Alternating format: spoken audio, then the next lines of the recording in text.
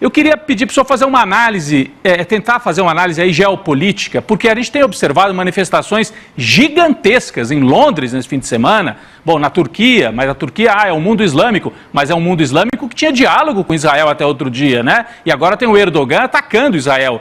Inglaterra, França, Berlim, Roma, né, na Itália, enfim, manifestações nos Estados Unidos. Como é que o senhor observa isso? A opinião pública mundial do lado do Ocidente, né? Do lado do Ocidente, tende a mudar esse jogo ou não? Ou Estados Unidos e Israel vão levar isso até as últimas consequências? Qual é a avaliação que o senhor faz disso? Essa questão é bem importante. Esse acho que é um efeito não esperado. E como você mesmo mencionou, Rodrigo, nenhum de nós, em nenhuma circunstância, atenua, relativiza, justifica os atos terroristas do Hamas no dia 7 de outubro. Nenhum de nós, em nenhuma circunstância, e como disse o William, nós prestamos total solidariedade às vítimas, que não foram apenas vítimas de Israel. Houve judeus brasileiros que foram mortos nesse ataque terrorista do Hamas. Então nenhum de nós, em nenhuma circunstância, colocamos um porém, um mais, nós condenamos inteiramente os atos terroristas do Hamas. Por isso, nós temos autoridade moral para dizer que as ações do Estado de Israel, comandadas pela extrema-direita do Netanyahu, são igualmente terroristas.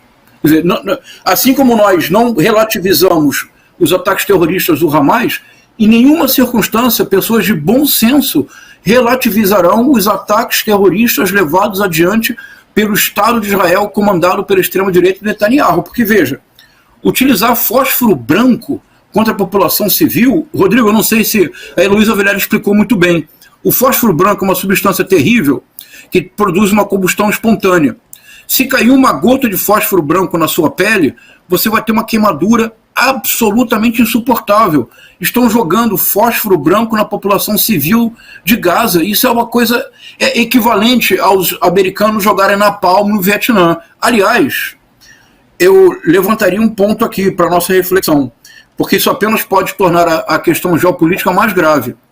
A ideia de que o exército israelense, pela sua enorme superioridade, tanto militar quanto tecnológica, invadirá Gaza e em pouco tempo submeterá a população e destruirá o Hamas, isso é uma ilusão. É a mesma ilusão de muitas pessoas que diziam que o exército russo, em uma semana, chegaria a Kiev e a guerra estaria terminada.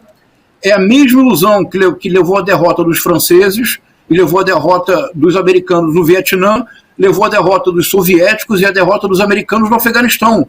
Se essa invasão será uma carnificina sem paralelo na história recente do conflito entre o Estado de Israel e as populações palestinas, e não será algo que se resolverá facilmente.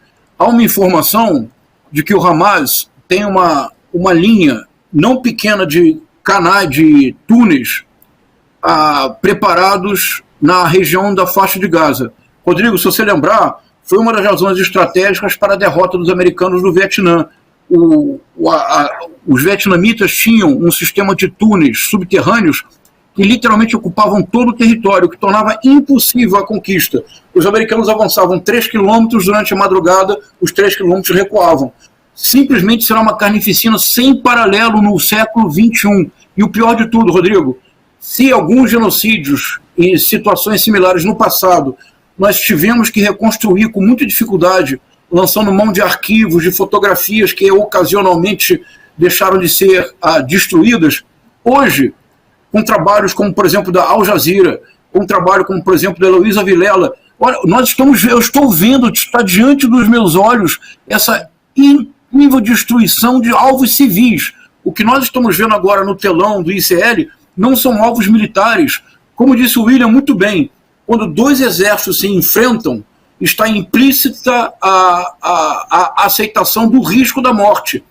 Quando uma população civil é massacrada desta forma, não há qualificativo. É uma coisa absolutamente inaceitável. Então, o recrudescimento das tensões levará cada vez mais a manifestações em todo o mundo, e as manifestações cada vez serão mais claras.